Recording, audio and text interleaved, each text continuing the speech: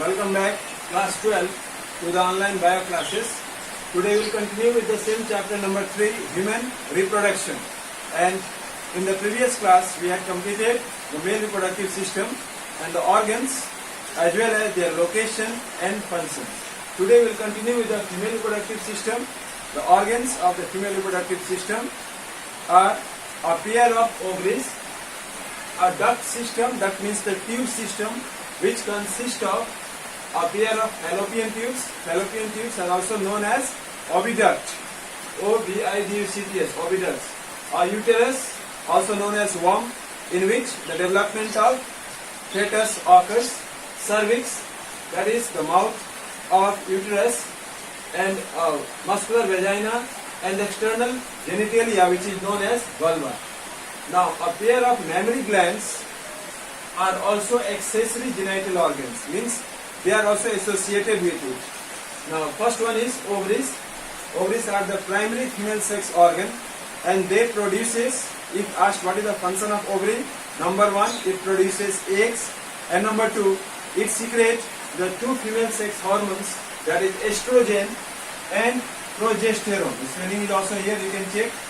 Now the function of these two hormones are different. Like this one, progesterone is also called pregnancy hormone, the one which helps to maintain different stages of pregnancy.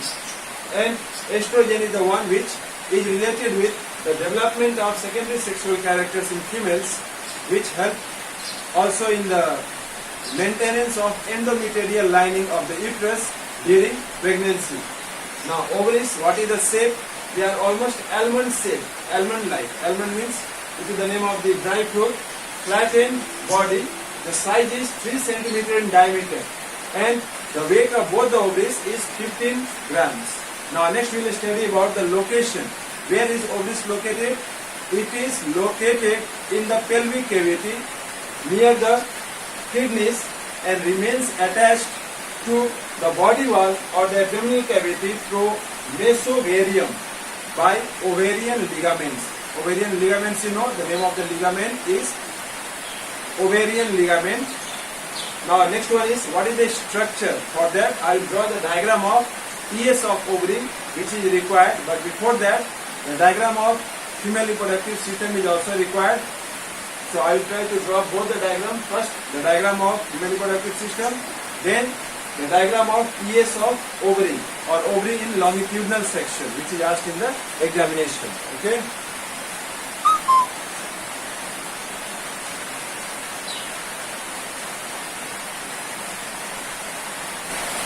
Okay, look at the diagram. This is the frontal view of women female reproductive system. These two are the eggs, the ovaries, which are almond shaped. They help in the release of eggs. So you can see the egg is released from the ovary. Now the mouth of the oviduct, these two tubes are called oviduct or fallopian tube. The one which carry the eggs from the ovary to the uterus. And this is marked as the site of fertilization. And the different parts of the oviduct or fallopian tubes are, like you can see here, the mouth is known as fimbriae. Fimbriae is the one which picks up all the eggs which are released from the ovary. Then the broad part is called infundibulum, first part. Then we have ampulla and the isthmus. So ampulla, isthmus, in these two regions the site of fertilization occurs. That is called the site of fertilization. And this one is the uterus. It has a very thick wall or endometrial lining. Then we have the cervix, the mouth of the uterus, and this one is the vagina, which opens outside with the vulva. Okay. So these are the parts of the female reproductive system, the organs. Now next we have to study about the structure of ovary. I will draw the diagram. Okay, now look at the diagram which is given here. This diagram is important, you must practice. Ovary in longitudinal section, LS. As you can see in the diagram of ovary, you can see the different follicles. What are follicles? An egg which is released with a covering around it is known as follicle. The egg with a covering is known as follicle. So here you can see mesovarium is the name of the connection between the body with the help of ovary. Like we had studied that ovaries are attached to the lower abdominal cavity through this mesovarium only. Means our body cavity is attached with the ovary with the help of mesovarium. Then you can see it is divided into two parts. The outer region, this one, peripheral part, is known as cortex, the cortical region. And the central part, the one which is there, that is known as medulla. So cortex and medulla are the two parts. Okay. Then you can see the different stages of development of follicles. Like primordial follicles are the one which is present in the primitive stage. Then they are developing. They are also known as primary follicles. Primary follicles will develop into secondary follicles. Secondary follicles will develop into tertiary follicles due to increase in their size and development. And finally it will change into Graafian follicle. Graafian follicle is named after the scientist de Graaf, who had seen these follicles, and this is also called mature follicle, the one which contains a central follicular cavity, also known as antrum, and the ovum or the egg is present here. Now once it is fully mature, it will burst and it will release the ovum. The released ovum, also known as secondary oocyte, is released from the follicle, and the remaining part of that follicle, the tissues which are present, they will change into corpus luteum, which will act like a endocrine gland, and it will secrete the hormones. So one by one we will study. First one is the structure. You can see here one lining is seen, this one. The lining is called germinal epithelium, and the outermost covering is called peritoneum. Okay, so what is germinal epithelium? The free surface of ovary is covered by germinal epithelium, and it is made up of single layer of cubical cells. The cells are cubical in shape. The epithelium is continuous with mesothelium and is called peritoneum. So what is peritoneum? It is the name given to the mesothelial covering which is present lining the ovary. Now the substance of the ovary consists of the thick outer part which is known as cortex, and the cortex surrounds the inner medulla. The central part is known as medulla. Now next one is the cortex contains numerous or many small spherical sac-like structures, oval structures. These are known as follicles, which are in different stages of development. And a connective tissue called stroma is also present. The ovarian follicles are in different stages of development, whereas this medulla, the central part, it consists of different substances like loose connective tissue, elastic fibers, many blood vessels, as well as some smooth muscle fibers are also present in the medulla. So what is there in the medulla? It consists of smooth muscle fibers, elastic fibers, as well as loose connective tissue. Then comes ovarian follicle. Let's study about this ovarian follicles. You know that the ovarian follicles carry a central ovum. Like this is the follicle. In the center it has a ovum or the egg, which is surrounded by layers of granular cells which are called follicular granulosa. The immature ovum, also called the primary oocytes, and the surrounding follicular granulosa, they constitute the primordial follicles. So what is primordial follicles? It is the name of the immature ovum, the one which is present in the center, surrounded by follicular cells. Together they form primordial follicles. And it is known that a large number of follicles degenerate at the time between birth to puberty. You know that at puberty means the stage in which a female is sexually mature to produce the eggs or release eggs from the ovary. 60,000 to 80,000 primary follicles are left in the ovary. Means already they have the follicles present in their ovary from birth only. But at the time of puberty, most of them degenerate, and during puberty only 60 to 80,000 will remain. The primordial follicles are also change into secondary follicles. Okay, and the secondary follicles change into tertiary follicles. Already I said, which is characterized by a fluid-filled cavity. This is a tertiary follicle, this is secondary follicle, and this is primary follicle. So this one is changed into tertiary follicle, which contains a fluid-filled cavity called antrum, and the ovum is also present in the center. It has two layers also, theca externa and theca interna. It is at the first meiotic division only that results in the formation of a large secondary oocyte. The tertiary follicle changes into Graafian follicle, which is named after the scientist de Graaf, who had observed this one in 1672 and considered this as an egg. The secondary oocyte forms a new membrane, which is called zona pellucida. So you can see zona pellucida is not mentioned in the diagram. It is in the covering of the egg. It is called zona pellucida. Okay.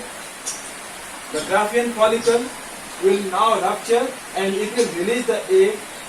This process of release of egg from the Graafian follicle occurs at the 14th day of the menstrual cycle, and it is known as ovulation. So what is ovulation? The release of egg from the ovary is called ovulation. It occurs on the 14th day of the cycle.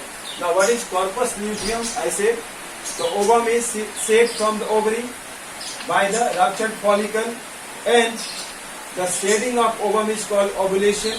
It occurs on the 14th day of the cycle. The remaining part of the follicle, it turns into a yellow colored body, which is known as corpus luteum. Okay, and also known as yellow body. The corpus luteum is also called yellow body. So if you ask what is the other name of corpus luteum, it is known as yellow body. The cytoplasm of the corpus luteum contains a yellow pigment called lutein, L-U-T-E-I-N, lutein. The corpus luteum grows for few days, and if fertilized, or if the ovum is fertilized and pregnancy results, it will continue to grow. But if the ovum or the egg is not fertilized by the sperm cell, then it will degenerate and it will be lost along with the menstrual cycle. Okay, so at the end of functional life, the corpus luteum will change into, it is degenerated and converted into a mass of fibrous tissue called corpus albicans, that is known as white body. So what is white body? It is formed by the corpus luteum, which will degenerate at the end of its functional life if there is no fertilization, and change into the white body. Okay. Now the series of changes. What is ovarian cycle? The definition is asked. Ovarian cycle is the series of changes that begins with the formation of ovarian follicle and ends with the degeneration of corpus luteum is called ovarian cycle. Now next we have the duct system. Duct system consists of fallopian tubes. It consists of uterus, cervix, vagina. So first one is oviduct or the fallopian tube. Oviduct or fallopian tube is part of the female reproductive tract. Its function is to carry the eggs which are released from the ovary, because it's the part of the oviduct or fallopian tube which is present near the ovary. It is impregnated, or you can say it is branched into a finger-like invagination, which is called fimbriae. The fimbriae will pick up the eggs which are released from the ovary, and it will carry them. In the previous diagram I had drawn, it will carry it to the uterus by passing through different phases or different parts of the oviduct. And next one is oviduct or fallopian tube. Oviduct or the fallopian tube, they are like carrying the eggs alternately. Like if this month the left ovary releases an egg, next month the right ovary will release the egg, and this process will continue. Okay, and what is the length? Is almost 12 to 15 centimeter in length. Okay,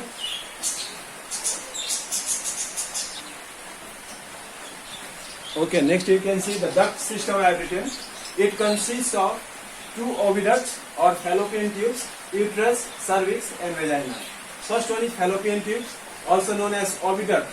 There are two fallopian tubes connecting the ovary with the uterus. And what is the length? I told 10 to 15 is 10 centimeter in length. It is a highly muscular tube. The tube is divided into three parts. That is, the one which is near the ovary is called infundibulum. The middle one is called ampulla, and the last part, the one near the uterus, is called isthmus. Okay. Now, the opening of fallopian tube is expanded. Like wherever ovary is there, this part it is expanded. This part is known as fimbriae. These structures are called fimbriae, and this part of the fallopian tube is known as infundibulum. Understood now? Now next one is uterus, also known as womb. It is the site of implantation of fertilized egg or the zygote, where the development of embryo occurs.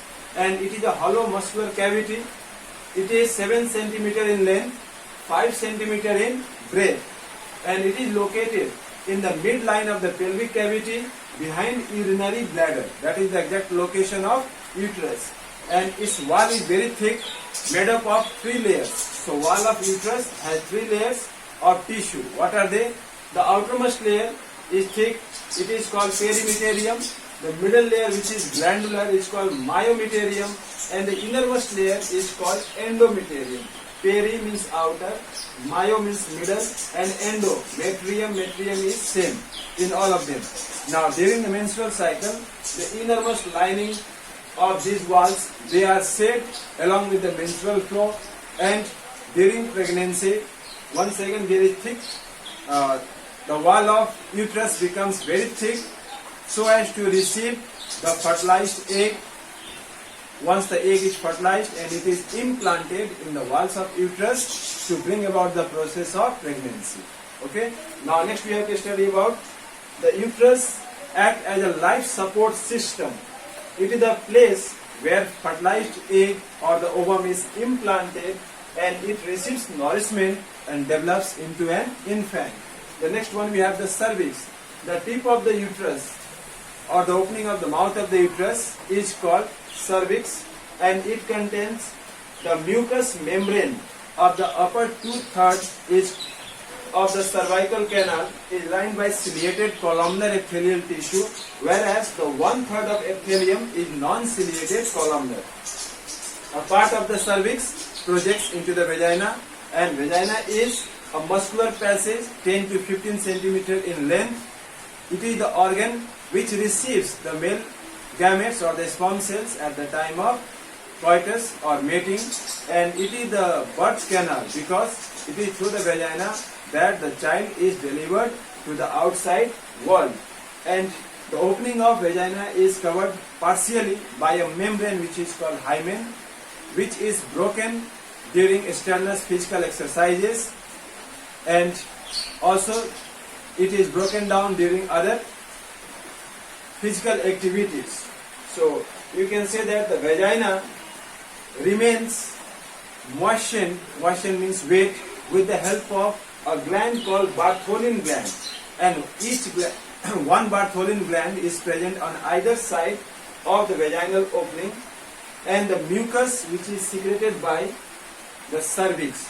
So both of them helps to keep the vagina moist, and during the remainder of the cycle the mucus remains thick, but during fertilization or at the time of implantation, when the conditions are suitable for pregnancy, then at the time of ovulation, you can say the release of egg from the ovary, the secretions becomes more watery, more profuse, and helps the spermatozoa, that is the sperm cells, to swim into the uterus and reach up to the fallopian tube for fertilization. Now female external genitalia, it is also known as the vulva. It consists of an external opening, that is mons pubis. It consists of fatty tissues known as mons pubis or mons veneris, and that covers the pubis. there are two folds of fatty tissues which reach almost up to extend downward from the mons pubis. These are called labia majora and labia minora, okay, or the smaller lips. The opening of the vagina is covered by a membrane which is called hymen. The clitoris is a tiny finger-like structure which lies at the upper junction of the two labia minora and the urethral opening. It is a highly sensitive organ and it is homologous to the male penis because it contains sensory endings, that is the sensory nerve cells. Carnivous tissue is also there, the tissue which is filled with blood and which is engorged with blood during sexual arousal. Okay. Now the next one we have to study is the mammary glands. Okay, now next you can see the mammary glands. They are well developed after puberty and it is the characteristics of all the female mammals. And each breast has a soft round elevation present over the pectoral region. Pectoral region means like this is pectoral region, the pelvic region. Pectoral region is the one in which our arms are attached. So here pectoral region is the chest region, we can say. Skin over the center of the elevation, it has a dark pigmented circular area. That area is called areola. And a projection over the central part, over the areola, is known as nipple, through which the milk is sucked out by the baby. Then mammary glands is a skin deep outer covering and it has many masses of glandular tissue. The tissue is glandular tissue which is attached to it. This glandular tissue divides into 15 to 20 mammary lobes and each mammary lobe contains milk producing glands. So when the milk is produced in the milk producing glands, they passes from the glands to the mammary lobes. 15 to 20 mammary lobes are there and then through these lobes all the milk will pass to the, where it will pass to the glandular tissue and from there it will pass to the areolar region. That areolar region is there and after that finally it will pass into the nipple and through which it is sucked outside by the baby. Understood? Now you can see that during pregnancy the duct undergo many changes, okay, and it produces plenty of milk inside it, but when there is no pregnancy condition, that time there is no production of milk in the mammary lobes or the milk glands. Okay, so today up to here only. Now next we can continue with the gametogenesis, that is the process of formation of male and female gamete, like oogenesis and spermatogenesis. So one by one we will study them.